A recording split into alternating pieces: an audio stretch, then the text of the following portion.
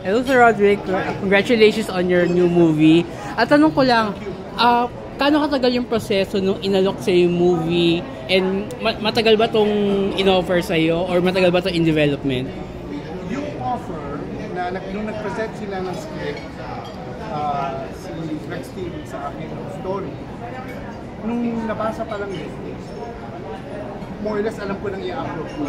Kaya lang yung usapan, at saka madaling nakausap ko siya, magaang siyang kausap. Yung usapan lang namin, the way they presented it, gusto ko na.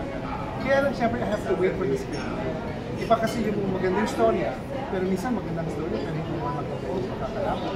So ang akin, binantayan ko talaga yung paggawa ng sequences, ano yung mga gagawin ko, nagsasuggest din ako kung ano yung gusto kong gawin, ang mga eksena pwedeng gawin at hindi ko. So sabihin na natin, medyo matagal din ang proseso. Nakapag-go sila. I see. Also, yung pinanggalingan nyo from 80s, 90s to 2000s, ano yung masasabi niyong pagkakaiba in terms of comedy and in terms of, yun nga, pag-acting? Alam mo, sa totoo lang, kasi kung tutusin yung Gen Z ngayon, yung millennial, bakit ba nila ako kilala? Kilala nila ako kasi nanonood sila ng YouTube ng mga old movies ko. So more or less, natutuwa po kayo. I thank the Lord for that kasi hindi ako parang bagong artista sa kanila. Kasi mga bata, nag-shooting ako, kaya tama ako, ano ba talaga mga bata? Millennial, of course, they know. Natutuwa ko na nakatulog. Ang difference lang naman ngayon sa tingin ko, language. Yes. 80s, 90s, at mga yun. So yun ang mga dapat kong pag-aralan. But more or less, minimal na lang yun sa paggamit ko. Mas nagko-concentrate kasi ako sa normal at natural na comedy and yung storya. Very important sa akin yung storya. Kahit comedy ang ginagawa, I see to it na may istorya. Kaya nga lagi i-explain ko sa mga producer, sa mga writers, na mga galing.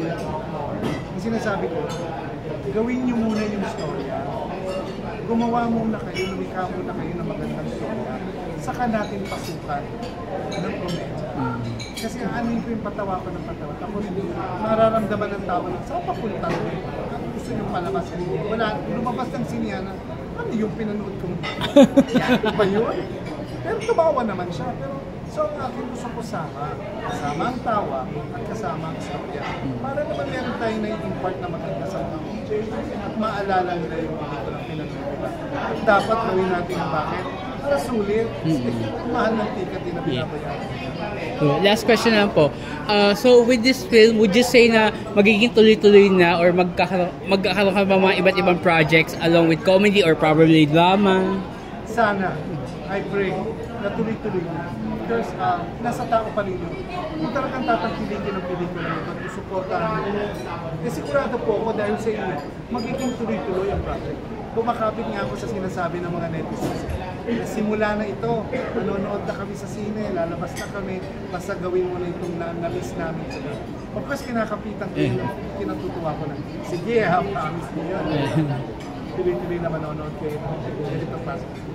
And I pray na sana tuloy-tuloy na at makagawa pa ng magagandang istorya. Yes. In fact, marami na akong binabasa ngayon after this film na magaganda.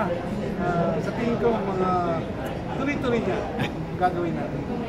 So thank you. Could you please invite everyone to watch? Yes, mga kaibigan, ikaw po si Roderick Paulati na talagang nag-iimbita at inaalihan po kayo panoorin ang Mudrasta, ang Becky Ina.